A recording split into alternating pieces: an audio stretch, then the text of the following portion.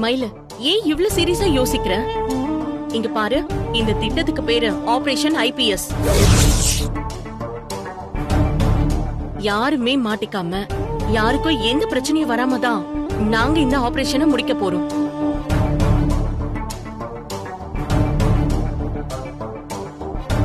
எப்படிக்கா? தலைவர் மீட்டிங்காக SP office போறல, அந்த மீட்டிங் முடியறதுக்கு அரை நாளோ ஒரு நாளோ ஆகும். அந்த கேப்ல போய் நீ எக்ஸாம் எழுதிடுமா?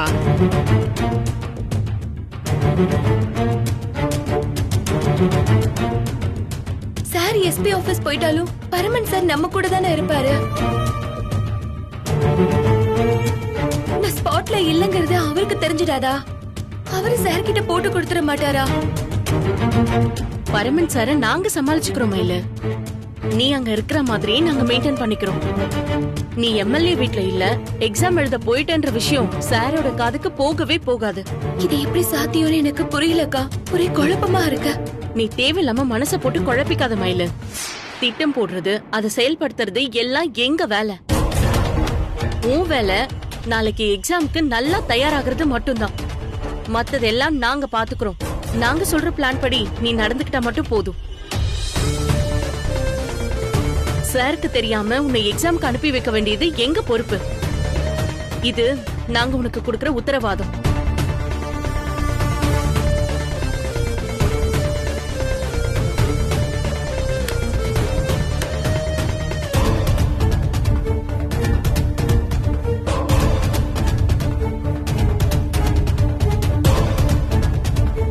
என் கனவை நிறைவேற்றுறதுக்காக நீங்க எல்லாரும் எவ்வளவு பெரிய ரிஸ்க் எடுக்கிறீங்க.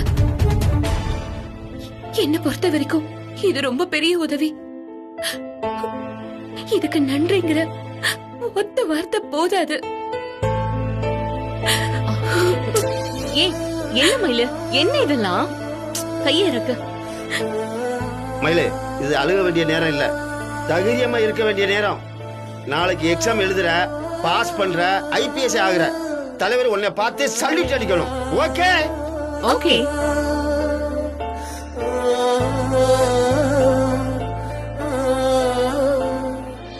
என் பொண்ணோட நல்ல மனசு அவளுக்கு இத்தனை மனுஷங்களை சம்பாதிச்சு கொடுத்துருக்கு. இவங்க ஏதோ நல்ல திட்டத்தோட தான் இருக்காங்க. நான் ஒரு திட்டம் போட்டு அதை குழப்பிடக்கூடாது. எப்படியோ என் பொண்ணு நல்லபடியா எக்ஸாம் எழுதிட்டு வந்தா எனக்கு அதுவே போதும்.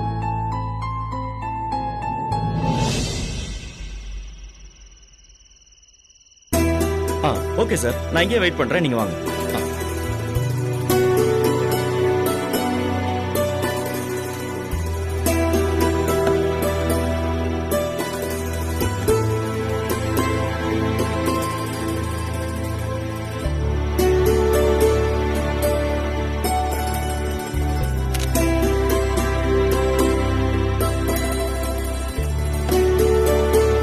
Thank you my friend. ஒரு நெருக்கடியான நிலைமையில நீ என்கிட்ட வந்து சேர்ந்த. என் வேலைக்கு ஒரு ஆதாரமா இருந்த, வருமானத்துக்கு வழி செஞ்ச. எனக்கும் மயிலுக்கும் மறக்க முடியாத பல நினைவுகளை நீ உருவாக்கி கொடுத்த. உண்மையை சொல்லணும்னா நீ என் கூட இருந்தது எனக்கு அவ்வளோ சந்தோஷமா இருந்தது. ஆனா நீ இப்ப என் கூட இருக்க போறது ஒரு வாரம் மட்டும்தான்.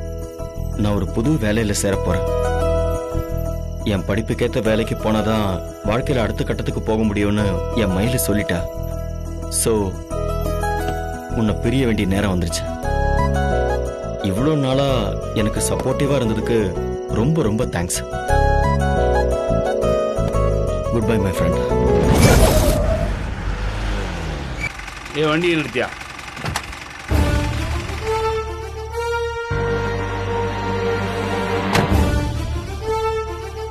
என்னையா பண்றீங்க?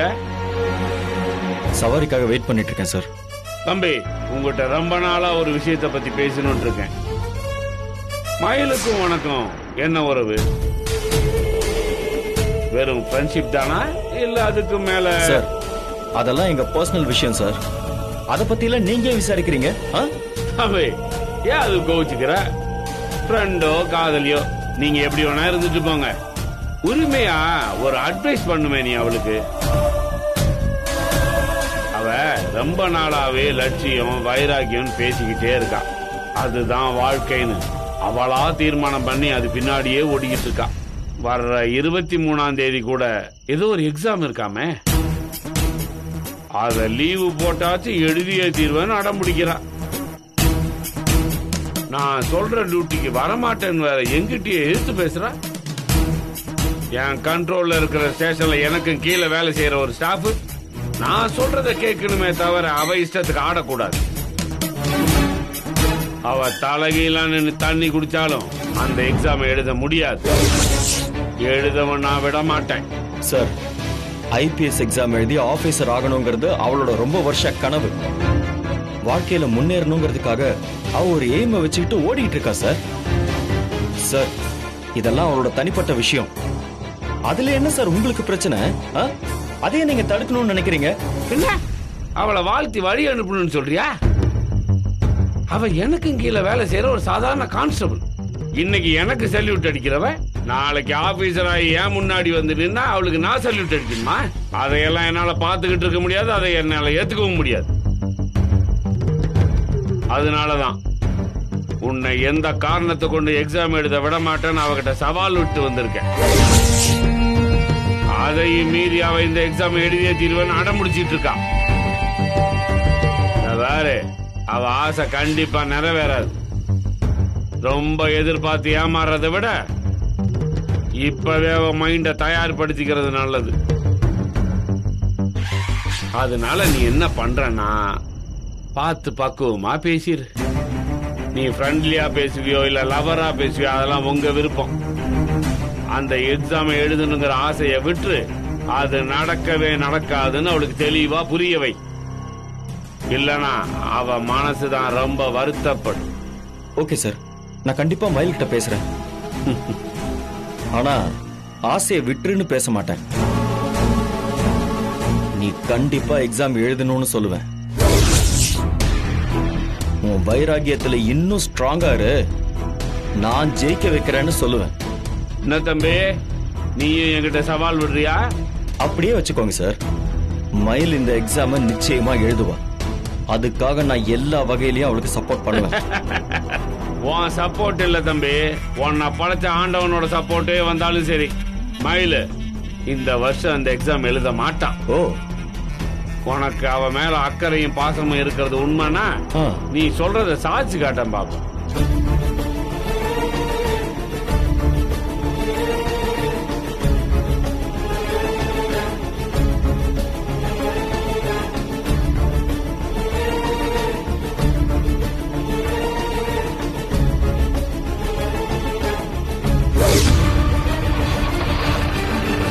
வண்டியடியா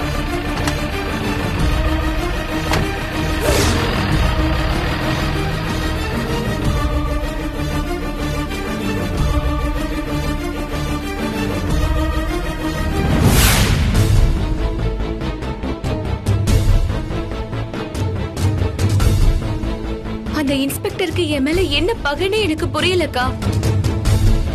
நான் என் வேலையில நேர்மையா இருந்தனே தவிர அவருக்கு எதிரா நான் எதையுமே செய்யல. ஆனா அவர் தான் என்ன எதிரியாவே நினைச்சிட்டு இருக்காரு. நான் எக்ஸாம் எழுதினா அதை கண்டிப்பா கிளியர் பண்ணிடுவேன்னு அவருக்கு தெரியும். அதனாலதான் என்ன எக்ஸாமே எழுத விடாம தடுக்கணும்னு இந்த மாதிரி எல்லாம் பண்ணிட்டு இருக்காரு. அவர் என்ன வேணும்னாலும் பண்ணிக்கிட்ட மயில. நம்ம நோக்கத்துல நாம உறுதியாவும் தெளிவாவும் இருக்கணும். இது ஒண்ணும் இன்னைக்கு நேத்து முளைச்ச கனவில்ல. 20 வருஷத்தாவும் 20 வருஷ போராட்டம், 20 வருஷ வாழ்க்கை. தனி ஒருத்தரோட பகை நம்ம கனவை கலைச்சிடக்கூடாது மயிலு. இதுக்காக தான் நீ இவ்வளவு காலம் கஷ்டப்பட்டிருக்க. உன் வயசுல அனுபவிக்க வேண்டிய சின்ன சின்ன சந்தோஷத்தை எல்லாம் தியாகம் பண்ணிருக்க. நானும் உனக்கு துணையாவே கூட ஓடி வந்திருக்கேன். இதெல்லாம் எதுக்கு? இப்படி யாரோ ஒருத்தர் கடைசி நேரத்துல வந்து நம்ம உழைப்புல மண்ணள்ளி போடுறதுக்கா? விடக்கூடாது மயிலு, விடக்கூடாது. புயல் மழைன்னு இயற்கையால என்ன பிரச்சனை வந்தாலும் சரி, இல்ல அந்த மனுஷனால சிக்கல் வந்தாலும் சரி, நீ இந்த பரீட்சையை இந்த வருஷமே எழுதி ஆகணும். அத அந்த மனுஷன் எப்படி கெடுக்கிறான்னு நானும் பாக்குறேன். யாருமா அந்த ஆளு? சாமியோட அவருக்கு அதிக சக்தி இருக்குன்னு நினைச்சிட்டு இருக்காரா? நீ இந்த பரீட்சை எழுதக்கூடாதுங்கிறது விதினா சாமி எப்பவும் அதை தடுத்து நிறுத்தி இருக்கணும். எத்தனை வருஷத்துல உனக்கு எத்தனை சோதனை, எத்தனை தடங்கள் வந்துச்சு. அதெல்லாத்தையும் தாண்டி நீ இவ்வளவு தூரம் வந்திருக்கனா, நீ இந்த பரீட்சையை எழுதி போலீஸ் ஆபீசர் ஆகணுங்கிறது சாமி எழுதி வச்சிருக்கிற விதி. அத மாத்திர சக்தி யாருக்கும் இல்லடி. ஆமா மயில, நீ அந்த இன்ஸ்பெக்டரை நினைச்சு கவலைப்படாத. உன் கூட இருக்க ஆளுங்கெல்லாம் உனக்கு சப்போர்ட் பண்றேன்னு சொல்லிருக்காங்கல்ல, அவங்க உதவியோட நீ எப்படியாவது இந்த எக்ஸாமை எழுதிட்டு வந்துரு. உனக்கு துணையா அவங்க மட்டும் இல்ல மயிலு, நானும் இருக்கேன். வாங்க தம்பி. நீங்க பேசினதெல்லாம் நான் கேட்டுட்டு தான் இருந்தேன். வர்ற வழியில நான் அந்த குருமூர்த்தியை பார்த்தேன்.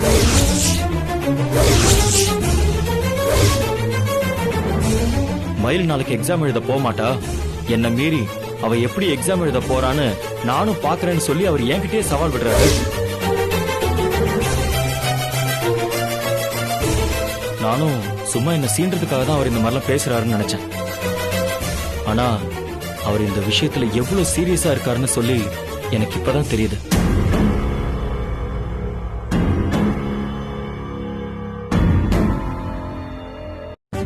மயில் நாளைக்கு எக்ஸாம் எழுத போக மாட்டா, என்ன மீறி அவ எப்படி எக்ஸாம் எழுத போறான்னு நானும் பாக்குறேன்னு சொல்லி அவர் என்கிட்டயே சவால் விடுறாரு.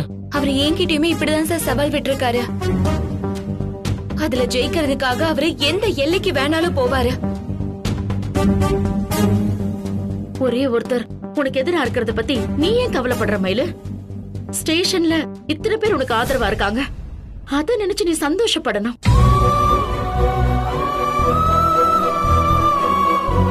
அவர் என்ன சதித்திட்டம் தீட்டினாலும் சரி, இத்தனை பேரோட அன்பும் பிரார்த்தனையும் ஆதரவும் உன்னை கண்டிப்பா பரீட்சை எழுத வைக்கும் மயிலு. நீங்க எல்லாரும் பேசுறத கேட்கும் போது எனக்கு நம்பிக்கையா தான் இருக்குமா. அதே சமயம் இன்ஸ்பெக்டரை நினைச்சா எனக்கு பயமாவும் இருக்கு. அவரை பத்தி எனக்கு தாமா முழுசா தெரியும். மனசாட்சி, நேர்மை, நியாயம்னு எதை பத்தியுமே யோசிக்காம தான் நினைச்சதை சாதிக்கணும்னு அவரு எதை வேணாலும் செய்வாரு. மயிலு, நீ எதுக்கு மயிலு அவரை நினைச்சு டென்ஷன் ஆகுற? உன் கனவை பத்தி யோசி மயிலு. அதுல நீ எப்படி ஜெயிக்கணுங்கிறத பத்தி யோசி. இங்க பாரு, உன் கவனம் முழுக்க உன் டார்கெட்ல மட்டும் தான் இருக்கணும். ரோட்ல இருக்கிற மேடு பள்ளத்தை பத்தி எல்லாம் நம்ம கவலைப்பட்டு இருந்தோன்னு வை, நாம சேர வேண்டிய இடத்துக்கு போய் சேரவே முடியாது. மயிலு, என்ன வந்தாலும் பாத்துக்கலாம்னு சொல்லி நம்பிக்கையோட ஓடினாதான் நாம நினைச்சதை நம்மளால சாதிக்க முடியும்.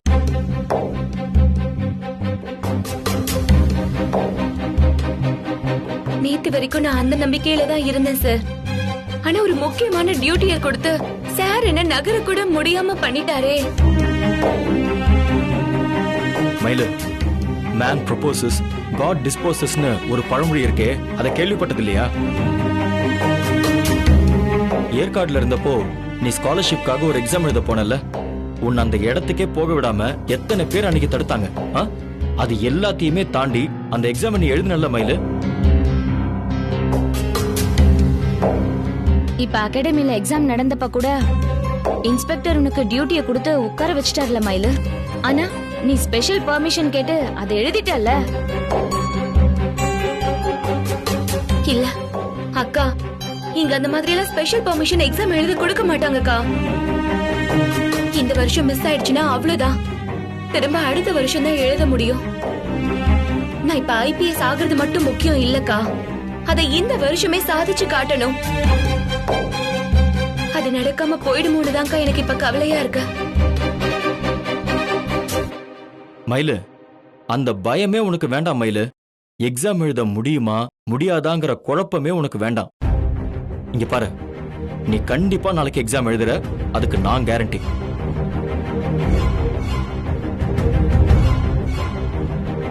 மயிலு, உன்னை சும்மா மோட்டிவேட் பண்றதுக்காகவோ இல்ல போலியா நம்பிக்கை கொடுக்கறதுக்காகவோ நான் இதை சொல்லல.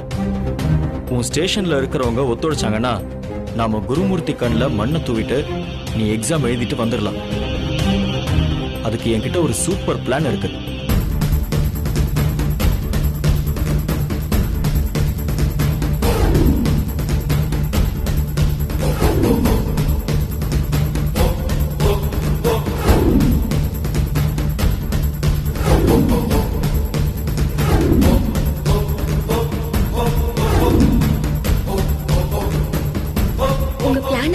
தான் இருக்கு சார். ஆனா இது சரியா நடக்கணுமே. மயிலு, உனக்கு உன் மேல நம்பிக்கை இருக்கா இல்லையா? இருக்கு சார். ஆ, அப்புறம் என்ன, உன் கவலையும் பயத்தையும் தூக்கி ஏறி மணிமேகலை நம்பரையும் அழகர் நம்பரையும் என்கிட்ட கொடு. நான் அவங்களோட பேசி கோஆர்டினேட் பண்ணிக்கிறேன். நாங்க என்ன பண்ண போறோம், எப்படி பண்ண போறோங்கிறத பத்தி எல்லாம் நீ யோசிக்கவே யோசிக்காத. எக்ஸாம் எழுத முடியுமாங்கிற பயம் உன் பெர்ஃபார்மன்ஸை பாதிக்க கூடாது, சரியா? நீ உன் எக்ஸாம் எழுதுற வேலையை மட்டும் பாரு. நீ மைண்டை ரிலாக்ஸ்டா வச்சுக்கோ மயில. வேணும்னா தூங்கு, இல்ல எக்ஸாம்க்கு ஏதாவது ரிவைஸ் பண்றதா இருந்தாலும் பண்ணு. மத்தது எல்லாத்தையுமே நாங்க பாத்துக்கிறோம் மயில. சரிங்க சார். ஸ்டேஷன்ல அவங்க எல்லாம் பேசுறப்ப கொஞ்சம் தெம்பா இருந்துச்சு. இப்ப இன்னும் தைரியம் கூடி இருக்கு சார். எந்த நிலைமையிலையும் அந்த தைரியத்தையும் நம்பிக்கையும் விட்டுறாத மயில. நீ எக்ஸாம் எழுதி IPS ஆகிறது உன்னோட வெற்றி மட்டும் கிடையாது. அதுலதான் பல பேரோட வெற்றியும் பல பேரோட வாழ்க்கையும் அடங்கியிருக்கு.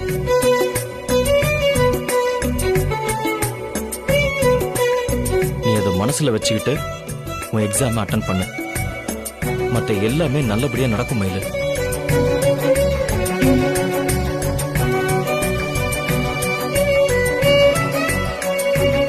நான் வரேன் ஆண்டி.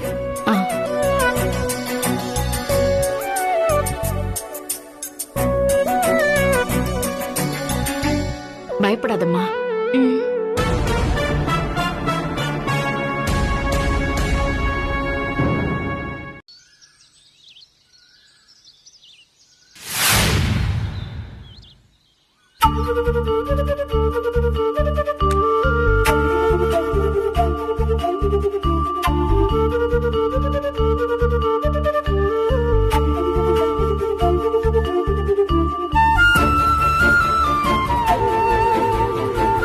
அம்மா, என்னை எக்ஸாம் எழுத வைக்கணும், என் வைராக்கியத்துல என்னை ஜெயிக்க வைக்கணும்னு ஜீவா சார் ஸ்டேஷன்ல இருக்க எல்லாரும் போராடுறாங்க. அவங்க திட்டப்படி எல்லாமே சரியா நடக்கணும். அப்பாக்கு தெரியாம நான் IPS எக்ஸாம் எழுதுறதுக்கு நீதாம்மா எனக்கு துணையா இருக்கணும்.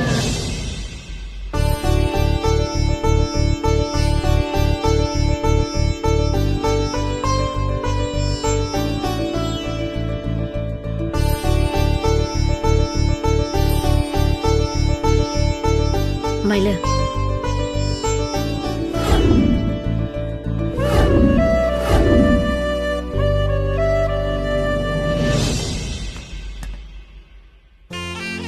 நான் புதுசா எதையும் உன்கிட்ட கேட்க போறதில்லம்மா. என் வேண்டுதல் என்ன, எனக்கு என்ன தேவைன்னு உனக்கு தெரியும். நீ அதை நிறைவேற்றி வைப்பன்னு நான் நம்புறேன். அம்மா, என்னை ஆசீர்வாதம் பண்ணுமா. நல்லாரு நல்லாரு.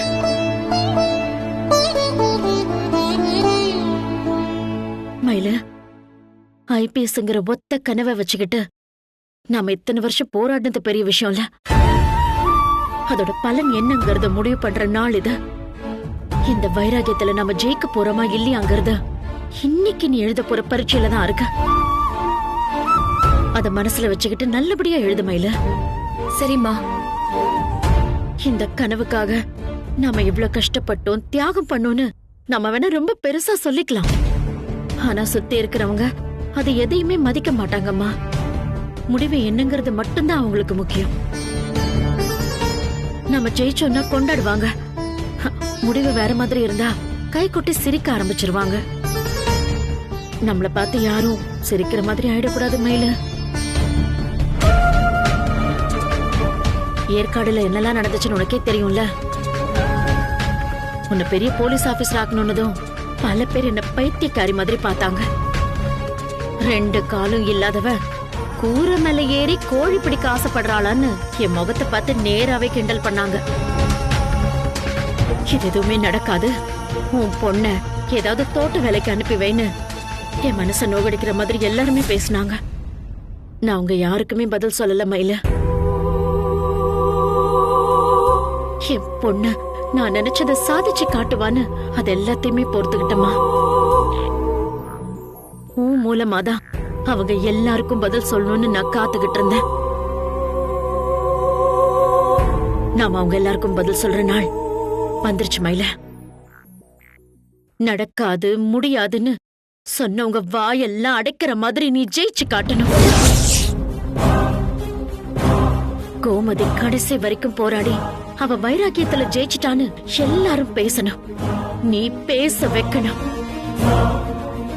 மத்தவங்களுக்காக கூட வேணாம் மயிலு, எனக்காக, உன் அம்மாக்காக நீ ஜெயிச்சே ஆகணும் மயிலு.